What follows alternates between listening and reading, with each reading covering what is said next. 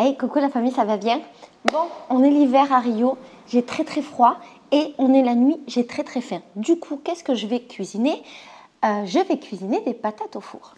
Tu sais que les patates au four, c'est le grand classique de ma life. C'est le plat le plus facile du monde et ça fait aussi partie des plats les plus bons du monde. Je t'ai montré des milliers de fois dans mes vlogs de l'ancien temps comment je faisais mes fameuses patates au four, mais je me suis rendu compte que je n'avais jamais fait de vidéo dans lesquelles je te montrais réellement. Peut-être que je l'ai fait, que j'ai oublié. Si c'est le cas, désolée, mais je ne crois pas. Donc, aujourd'hui, nous allons réaliser ensemble cette recette ultra simple et c'est un plat qui est très réconfortant. Donc, je me dis que ça peut être bien pour toi de garder cette vidéo de côté, de garder cette recette de côté et un jour où tu as faim, tu as envie d'un truc chaud, qui fait plaisir, tu vois, un truc qui te met vraiment du bonheur dans ton ventre, et bien bam, tu ressors cette recette et tu fais des patates au four. Vamos! Alors avant, quand j'étais mariée, je faisais tout le temps ce plat à mon mari, c'était un grand classique, je pense vraiment que je l'ai séduit grâce à mes patates au four. Et pourtant, je peux t'assurer que c'est le plat le plus basique de l'existence. À l'époque, je faisais ça dans des grands trucs là, comme ça en verre, parce que lui, il mangeait beaucoup. Mais comme je suis seule, je vais faire dans un petit plat. Ok? Qu'est-ce qu'il faut pour faire cette recette? C'est super simple. Des patates, des oignons et de l'huile d'olive. Mes patates, des oignons. Ce que je vais faire, c'est que je vais couper mes patates pour les mettre dans le plat. Moi, j'ai l'habitude de les manger avec de la peau. Je ne devrais pas parce qu'en fait, mes patates ne sont pas bio. Toi qui vis en France et qui a des produits bio, mange la peau, profites-en. Je trouve que c'est plus simple, plus rapide, plus agréable.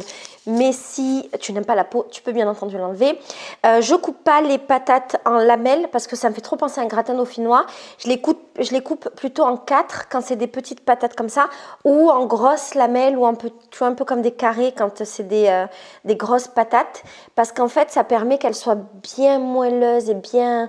Tu vois, si je les faisais en petites lamelles, eh ben ce serait trop moelleux et du coup ça ferait un peu de la purée de patates ou voilà, ou du gratin dauphinois mais sans la crème.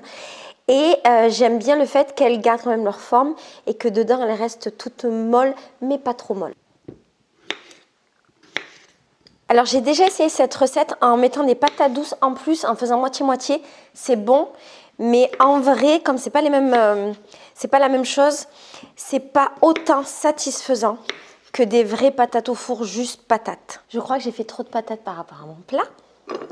On va voir ça. Non, ça va marcher. Donc voilà, les patates sont prêtes. Oignons. Alors l'oignon, je le coupe de manière très grossière parce que j'adore les oignons. Mais je pense que là, c'est chacun selon ses goûts. Si tu as envie de faire des petits trucs d'oignons, tu fais des petits. Si tu as envie de faire des grands, tu mets des grands. C'est exactement la même chose. Pourquoi aussi je les coupe en grands? Parce que je me suis rendu compte qu'au four, elles rétrécissaient et qu'elles avaient tendance un peu à cramer. Tu vois, parce que les patates, il faut les mettre longtemps. Ça dure 1 heure. Hein. Franchement, il faut se préparer en avance si on a faim. Et en gros, quand je les mets plus grandes, et ben, du coup, elles restent plus moelleuses. Les lanières, les bouts d'oignons. Et vraiment, j'adore les oignons. Tu vois, c'est ma passion dans la vie. Donc, j'ai envie de sentir l'oignon.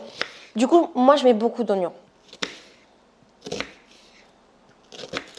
Ce que je fais après, c'est que je mélange mon oignon avec mes patates. Je te jure, ça rend trop heureux l'oignon. Je pense que j'ai fait trop d'oignons. On va voir. À mon avis, mon oignon était beaucoup trop grand. Mais c'est pas grave parce que le reste, je vais le garder pour faire autre chose. Je mélange pour qu'il y ait des oignons partout. Parce qu'on aime les oignons dans cette maison. Maintenant, du sel, du poivre, de l'huile. Alors, je vais en profiter parce qu'il y a une meuf trop mignonne qui m'a offert cette bouteille d'huile d'olive. Et l'huile d'olive au Brésil, elle est pas ouf. Et là... je vais avoir une vraie bonne huile d'olive, je suis trop contente. Moi, je rajoute rien par-dessus.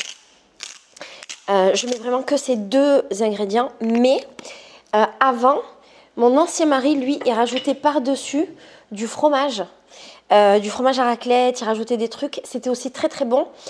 C'est juste que je préfère la version hyper originale où j'ai que le goût des patates parce que j'adore les patates. Mais si tu aimes avoir des patates fondantes avec du fromage, c'est à peu près le même plat, plus exactement, mais c'est quand même très bon. Maintenant que j'ai mis comment ça s'appelle? Le sel, on rajoute du poivre, beaucoup de poivre parce qu'on aime le poivre. Maintenant, je vais mettre de l'huile. Alors, moi, je mets de l'huile d'olive parce que j'aime ça. Et d'ailleurs, j'en mets beaucoup pour que les patates elles soient bien moelleuses, bien huileuses, tu vois, que ce soit bien réconfortant comme on aime. Mais tu peux faire avec d'autres huiles. Tu peux faire par exemple avec de l'huile de tournesol. Simplement, je trouve que le goût est moins bon et je préfère l'huile d'olive. Une fois, j'avais mis de l'eau dedans aussi pour rendre les patates plus molles. J'avais essayé, ça marchait aussi. Mais je trouvais ça moins bon que des patates qui marinent pendant 1 heure dans de la bonne huile qui fait plaisir. Je mélange. Oh, j'ai tellement hâte. Et je vais mettre ça au four, tout simplement. Je vais les mettre pendant 1 heure à peu près.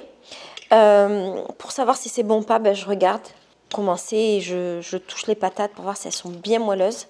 Je pense que chacun peut faire en fonction de comment il aime le moelleux de ses patates. Moi, je les aime bien moelleuses. Voilà. C'est un plat que je peux remanger le lendemain, mais il faut le manger vite parce que je trouve qu'après le lendemain, les patates sont plus aussi bonnes.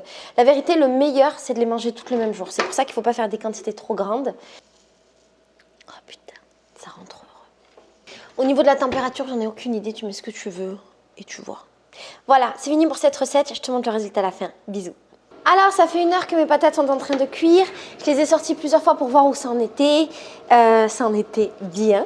Et maintenant, on va voir le résultat. Oh, c'est merveilleux. Je suis trop contente, c'est merveilleux, c'est trop bon.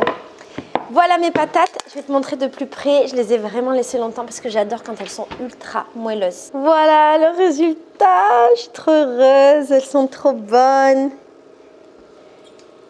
Donc regarde, quand je te parlais d'être moelleuse, voilà, moi je les aime comme ça, mais tu n'es pas obligé de le faire autant. Tu vois qu'il n'y a plus trop d'huile dans le fond parce que ça a été bien absorbé. Et je vais me régaler. Et tu vois, quand je te parlais des oignons, ben voilà, les oignons qui sont trop fins, ils ont un peu tendance à cramer. Alors que les grands oignons, ben, ils restent en oignons et je vais pouvoir les apprécier. Voilà, c'est tout pour moi. Bisous, bisous.